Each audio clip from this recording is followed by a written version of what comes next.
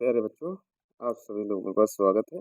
आज हम लोग अपना दूसरा चैप्टर जो कि है डायरेक्ट एंड इनडायरेक्ट प्रोपोर्शन उसको शुरुआत करेंगे और ट्राई करेंगे as most we can complete this session.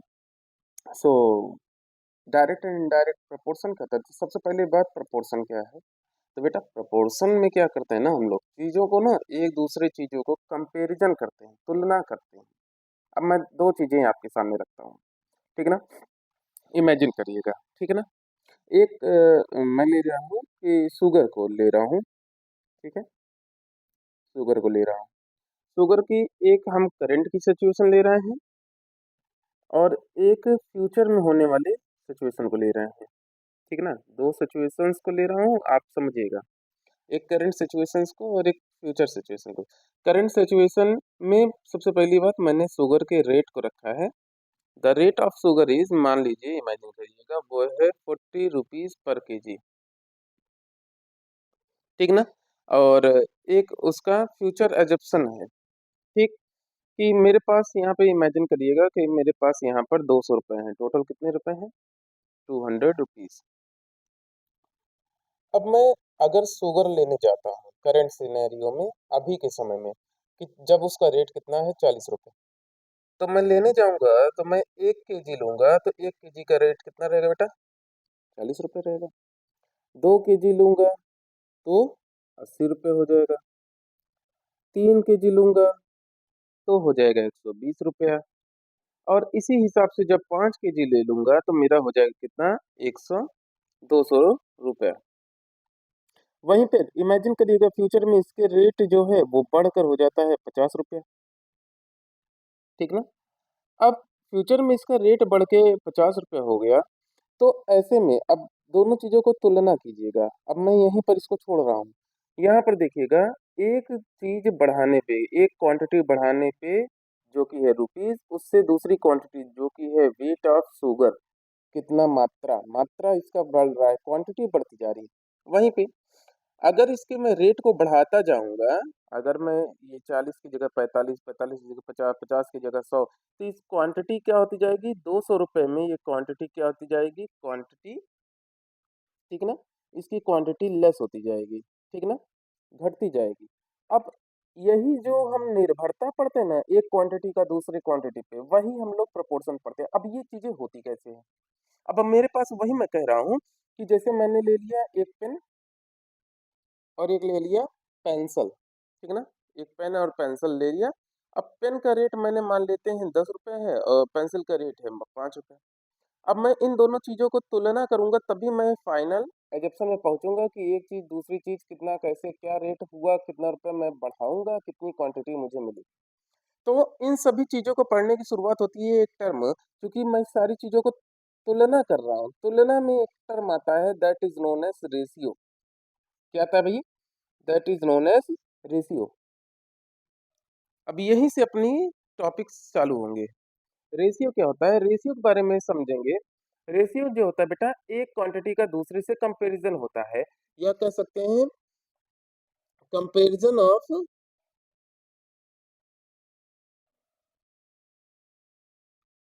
Two quantities.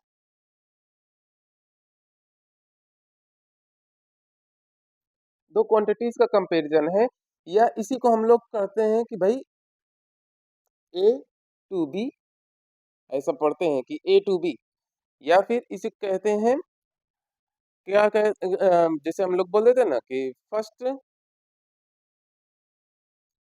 How many times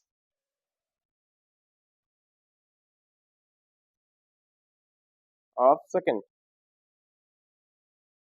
एक दूसरे का कितना गुना, ठीक है ना। अब इसको सिंबलाइज करते हैं, सिंबलाइजेशन के लिए हम लोग यूज करते हैं एक सिंबल का, that is ratio symbol, hash के रूप में बोलते हैं ए रेशियो बी, ठीक है ना, ए रेशियो बी। अब ये बता देता है कि एक चीज दूसरे से कितना ज्यादा है। अब इस ए रेशियो बी को अगर मैं रिप्रेजेंटेशन इसका कर दूं कि A ratio B is equal to, इसको आप लोग ऐसे भी लिखते हैं ए अपॉन बी, ठीक है ना। अब इसको कहते हो आप लोग न्यूमरेटर, जिसको हिंदी में बोल देते हैं अंश, ठीक है। और इसको बोल देते हैं डिनोमिनेटर।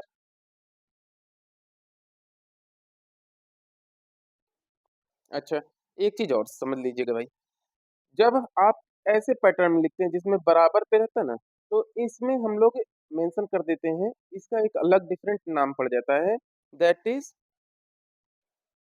अरे चल जाओ भाई, हाँ, क्योंकि ये इम्पोर्टेंट है इसलिए मेरे को लिखना ज़रूरी होगा। आप ट्राई करेंगे इसको एक बार याद करने की, ठीक ना? एंटीसीडेंट, ये धोखा देगा भाई, एंटीसीडेंट, ठीक है? और बी को वहीं पे हम लोग कौन कह देते हैं कॉन्सिक्यूडेंट, कॉन्सिक्वेंट, ठीक है? ये समझिएगा, ये हम लोग कहते हैं इसको, ठीक है? एग्ज़ाम्पल के रूप में ले लेते हैं, तो बाबू पहली बात, तो अब हम लोग तुलना कैसे कर सकते हैं? तो तुलना करने के लिए आप सबसे पहले ऑब्ज़र्व करते हैं, ऑब्ज़र्व फर्स्ट चीज़ जो आपने करना है, ठीक ना? That is unit of the quantity.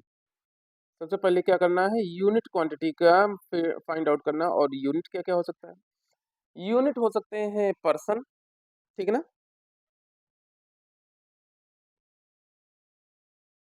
Unit हो सकता है ऑब्जेक्ट्स, यूनिट आपके हो सकते हैं स्टूडेंट्स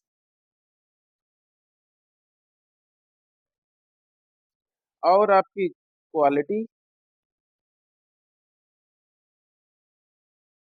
और आपकी क्वांटिटी।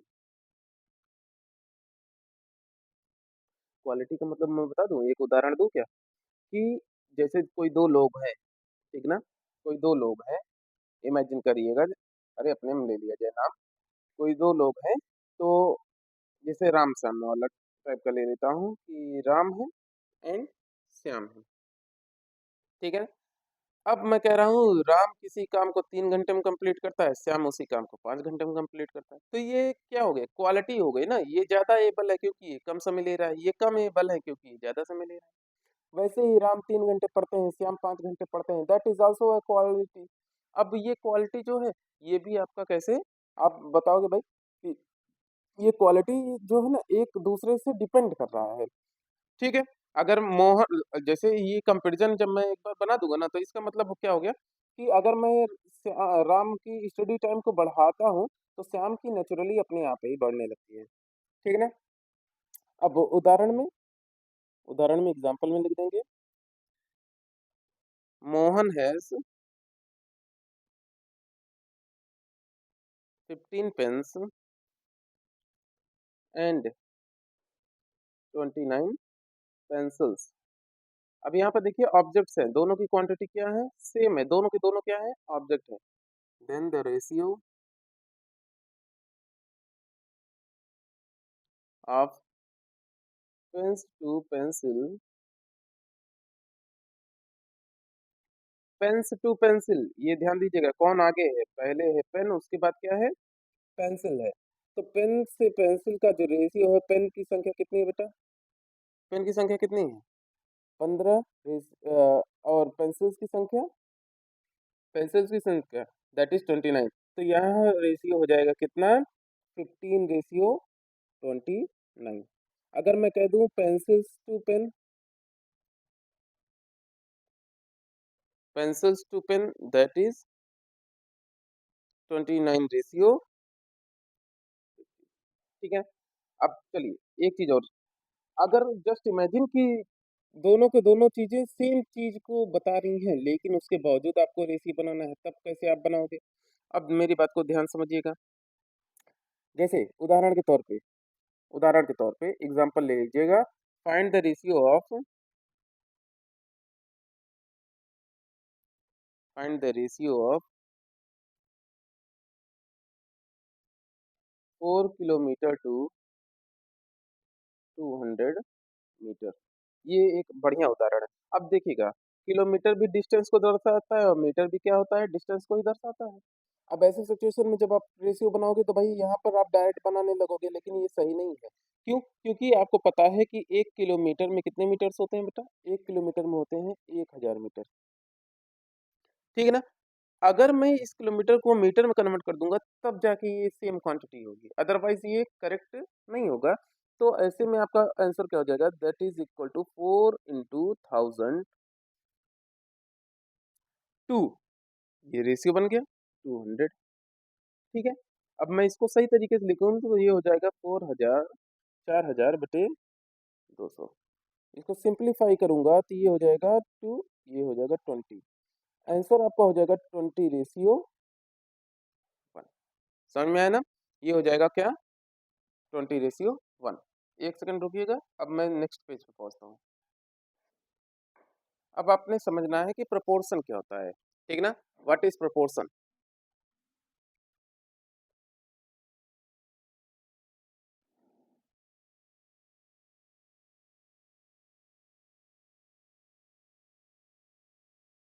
प्रोपोर्शन क्या है इसको समझिएगा। तो प्रोपोर्शन क्या होता है बेटा, प्रोपोर्शन एक्चुअल होता है फोर क्वांटिटीज का एक कंपैरिजन। फोर क्वांटिटीज का एक कंपैरिजन होता है, तुलना होती है या रिलेशन होता है, आप कह दो ज्यादा बेटर होगा कि रिलेशन होता है, ठीक ना। फोर क्वांटिटीज का एक रिलेशन होता है, और ये रिलेशन जैसे मैं फोर क्वांटिटीज ले रहा हूँ, that is A, B, C and D. ये चार क्वांटिटीज कुछ इस प्रकार से रिलेशन हो कि ratio of first two equal हो जाए किसके, ratio of second two, last two, first two to last. अब जब यहाँ पर चार क्वांटिटीज दो रेशियो हो जाते हैं, बीच में इक्वलिटी का सिंबल आ जाता है, तो उसी को आप लोग क्या कहते हो, उसी को कहते हो प्रपोर्शन। उदाहरण के तौर पे यहाँ पर समझिएगा, फर्स्ट टू का ratio that is A ratio B equal to C ratio D. इसी को हम लोग एक और रिप्रेजेंटेशन करते हैं, हर जगह इक्वल टू का सिंबल नहीं लगाते, कभी कभी क्या करते हैं, इन चारों चीजों को कंपैरिजन करने के लिए इस इक्वल टू के सिंबल को हटा देते हैं और हम लोग बना देते हैं एक डबल डॉटेड वाला symbol, that is this symbol, ठीक है ना। और इस तरीके से ये सिंबल किसको रिप्रेजेंट करता है, यहाँ पर देखिए यहाँ चार डॉट्स हैं, ये एक तरीके से इक्वालिटी को ही सिंबलाइज करता है, ठीक है ना, इक्वालिटी को, ये दोनों आपके कंपैरिजन को, ठीक है, कंपैरिजन की एक क्वांटिटी कितने दूसरे का कितना गुना है, ठीक ना, कंपैरिजन को बताता है। अब समझिएगा, उदाहरण के तौर पे चेक करेंगे हम लोग, चेक नंबर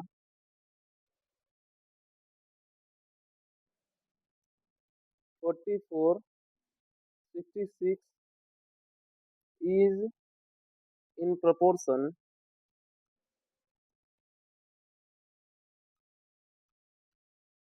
with 42 and 60। हम ये चेक करने जा रहे हैं कि बताइए भाई कि ये प्रोपोर्शन में है कि नहीं है, ठीक है। अब तो सबसे पहली बात, चेक करने के लिए जिन दोनों को पहले दिया है आप उसको चेक करेंगे, 44 टू 66, और यहाँ पर 42 टू 63। सिंप्लीफाई करेंगे तो ये देख, काटेंगे हम लोग 11 से, 11 के टेबल में ना 44 एंड 66, 11 फोर जा 44 और 11 सिक्स जा 66। अभी देखिए दो है, दोनों इवन नंबर्स है ना, इसका मतलब दो दोनों में कॉमन है, काट दिया हमने, ये 2 टाइम्स गया और ये 3 टाइम्स गया। यहाँ पर देखिएगा, यहाँ पर हम काटना चालू करेंगे, ये 3 से दोनों जा रहे हैं ना, 3 1 जा 3, 3 4 जा 12, 3 2 जा 2, 6, 3 1 जा 3। 7 का देखिए दोनों मल्टीपल है, 7 2 जा 14, 7 3 जा 21। देखिएगा यहाँ पे 2/3 is equal to 2/3, then we can say that these four numbers are in proportion. समझ गए ना, first two number is in proportion with second two numbers, ठीक है। अब एक उदाहरण बढ़िया से ले लेते हैं और उससे एक क्वांटिटी फाइंड आउट कर लेंगे और वहीं पे हम आपका कंप्लीट करेंगे, ठीक है। तो एग्जाम्पल है आपका, और ये सबसे इम्पोर्टेंट एग्जाम्पल है, तो इसको मार्क करेंगे इम्पोर्टेंट के तौर पे और सोल्यूशन करेंगे हमारे साथ, ठीक है ना। इम्पोर्टेंट के तौर पे इसको मार्क करिएगा, और इतना ही पढ़ेंगे हम लोग आज, इस क्वेश्चन को कंप्लीट कर लेंगे। 11 plus x 19 plus x, 23 plus x, 39 plus. अब मेरी बात को समझिएगा, ये प्रश्न नहीं है, ये प्रश्न का एक्चुअल मीन है। अब प्रश्न क्या है उसको समझिएगा। मैं यहाँ पे क्वेश्चन लिख रहा हूँ। Question is what number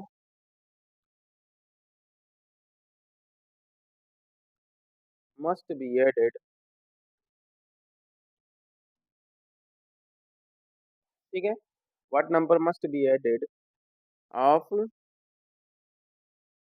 each of the number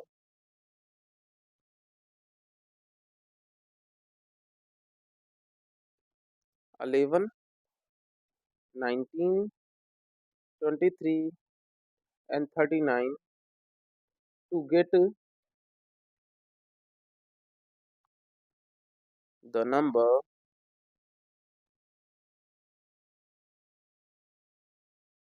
which are in proportion।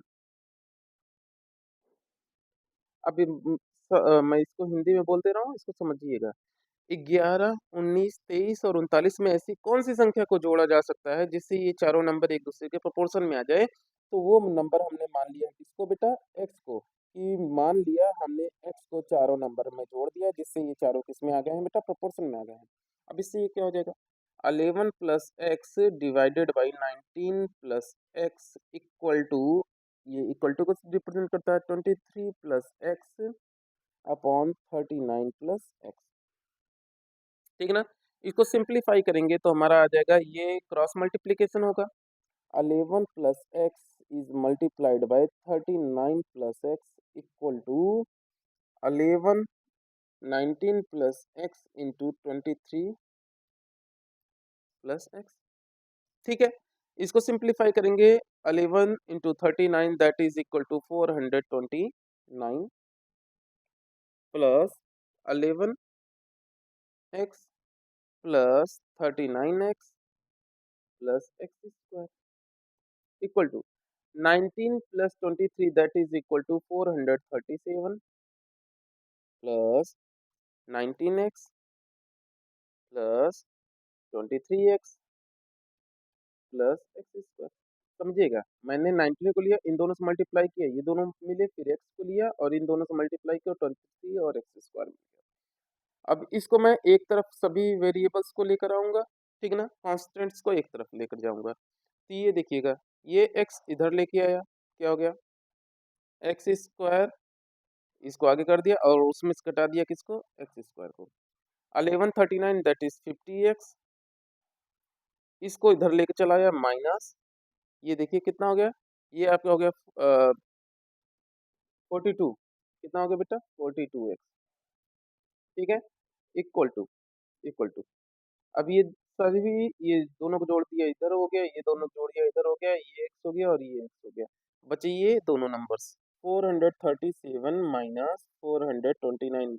आपको पता है ना भाई, जब एक दूसरी जगह ट्रांसपोज होता है तो वो अपने सिंबल को क्या कर देता है बेटा, अपोजिट कर देता है, अगर प्लस है तो माइनस में कन्वर्ट हो जाता है, ठीक है।